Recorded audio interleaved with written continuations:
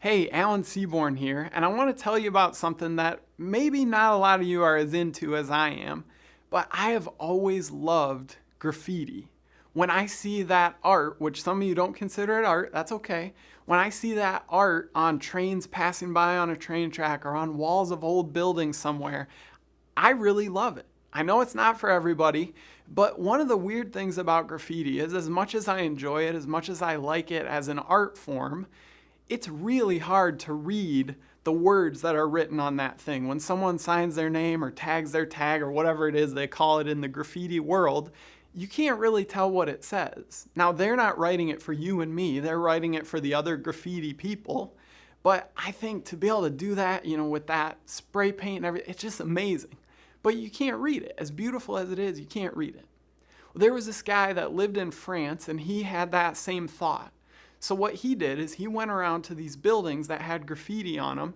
He found the original paint color of the side of the building, painted over the graffiti, and then rewrote the words that were written in that graffiti, but he wrote them what looks like in the font that we type up emails and stuff on our computer. So he wrote over this graffiti and he would write the word that they had written in Times New Roman or Arial or Helvetica or whatever. And then you're like, oh, that's what they were trying to say.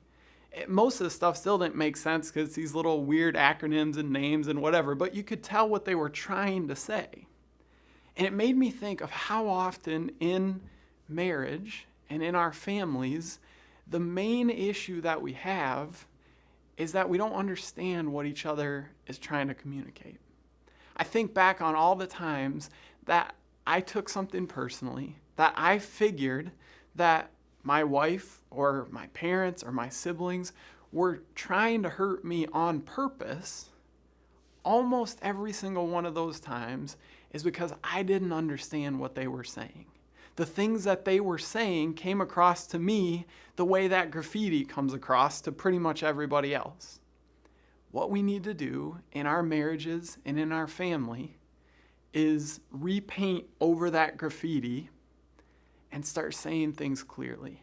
Communicate where we're coming from, and when there's conflict, assume it's a misunderstanding and go back and say, hey, let me let you know where I'm coming from, what I need out of this situation.